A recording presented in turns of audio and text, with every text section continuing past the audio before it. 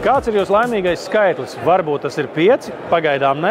Nu, padomājiet vēlreiz. Mēs esam izstādē Auto 2025, kurā ir vairākas Baltijas mēroga pirmizrādes, un bez šaubām viena no svarīgākajām ir jaunais elektriskais Renault 5 E-Tech Electric. Stila automašīna brīnišķīgi spilgtās krāsās. Sportiskais retro stila mazauto Renault 5 ir ikoniskās 70. gadu modeļa atgriešanās jaunā izpildījumā, jaunā kvalitātē un arī ar jaunu piedziņu. Tas ir tikai un vienīgi elektrisks ar 2 tilpumu baterijām, 40 un 52 kWh, attiecīgi saņemot pretī 120-150 zirgspēku jaudu. No ātrā lādētāja muskuļotais elektroauto savukārt var saņemt līdz pat 100 kW jaudu.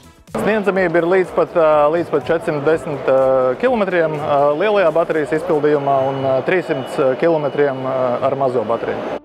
Renault 5 gaitas baterija ražota Francijā, tāpat kā pati automašīna. Kā mēs šodien redzējām, prezentējot šo automašīnu, kad tas nav tikai pilsētas mazās klases auto, tur arī ir iespēja iesaisties cilvēkiem, kuri ir virs 1,80 m vienam aiz otru un justies komfortabli. Un pa pilnam izbaudīt digitalizācijas priekšrocības. Paneli veido 2 ekrāni un centrālajā apvienotas elektromobīļa galvenās funkcijas. Gan šī klimata kontrole, gan multimēdija sistēma. Tikpat pievilcīgi ir arī Renault 5 E-Tech cena, kas pat nesasniedz 30 000 eiro. Ņemot vērā valsts atbalstu, sākot no 22 700 eiro, ir iespējams šo automašīnu iegādāties. Renault 5 ir stilīgs un interaktīvs, taču vai ar tādu brauksim uz laukiem? Diez vai. Tātad jāmeklē, kas piemērotāks pie Renault kaimiņiem Dacia. Tas taču gadās ļoti reti, kad automašīnas nosaukumā jau ir ietverta tā galvenā īpašība, proti big jeb liels. Pirmā lieta, ko vienmēr noteikti gribās uzsvērt, tas ir izmērs. Dacia Bigster ir vairāk nekā 4,5 metrus garš, tātad par 16 cm garāks nekā Duster, un tam ir arī nedaudz garāka riteņu bāze. Bagāžnieks vien aizņem 700 litrus. Otrā lieta ir dzinēji. Tie ir gandrīz tādi paši kā Duster, taču jaudīgākais no tiem pieejams tikai lielajam apvidniekam. 155 zirgspēku hibrīda dzinējs. Jā, šis dzinējs būs pieejams šobrīd vismaz tikai Bigster modelim. Pilnpiedziņai būs 130 zirgspēku benzīna dzinējs. Ātrumkārbu izvēle atkarīga no piedziņas veida. Pilnpiedziņa ir ar manuālo kārbu, hibrīds ir, protams, ar automātisku ātrumkārbu. Bigster salons ir funkcionāls un salīdzinoši plašs. Tāpat kā mazākajā Duster, informācijas un izklaides daļa ir pilnībā digitalizēta.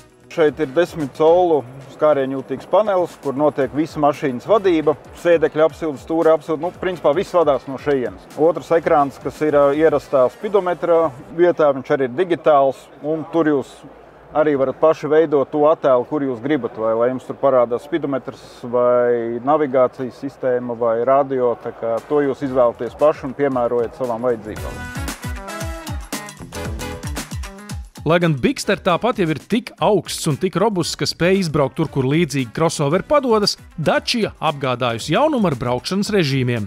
Šeit ir vairāk braukšanas režīmi, kur mašīna piemērojas pie apstākļiem. Tur, piemēram, ziemas apstākļi vai ja braucat par dubļainu ceļu. Šai mašīnai gan ir pilnpiedziņa, bet pat arī nebūtu pilnpiedziņa, tad ir stipri vienkāršāk izbraukt sarežģītus ceļa apstākļus. Speciālie braukšanas režīmi nav rezervēti tikai 4x4 modeļiem, un patiesībā priekšpiedziņai tie var izrādīties pat noderīgāki. Tad arī hibrīddzinējiem, kuram ir šī podziņa, tad jūs gandrīz varat izbraukt tur, kur var izbraukt ar pilnpiedziņu.